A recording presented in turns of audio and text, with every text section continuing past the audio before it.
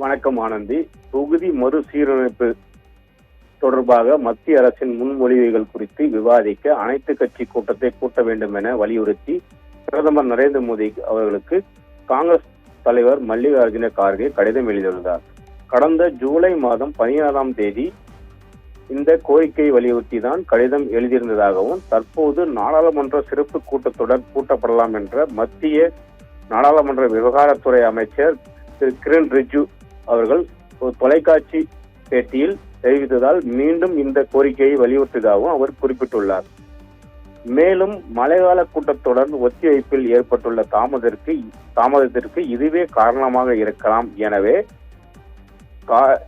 எனவே என்று கார்கே தெரிவித்துள்ளார்.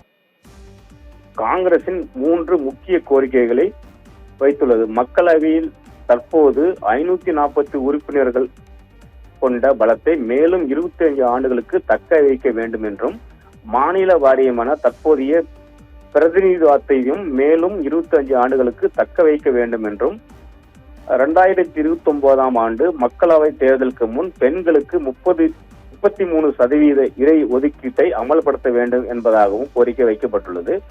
தொகுதி வரையற்ற முன்மொழிவுகளை அறிமுகப்படுத்தும் முன் அனைத்து அரசியல் கட்சிகளுக்கும் மாநில அரசுகளுக்கும் இதை விரிவாக படித்து பார்க்க போதுமான கால அவகாசம் வழங்க வேண்டும் என்றும், கடந்த ஏப்ரல் மாதம் 16, 17 தேதிகளில் முயன்றது போல இந்த விவகாரத்தை வலுக்கட்டாயமாக திணிக்க முயற்சிக்கூடாது என்று அந்த கடிதத்தில் காங்கிரஸ் எதிர்க்கட்சி தலைவர் கார்கே தனது கடிதத்தில் வலியுறுத்தியுள்ளார்.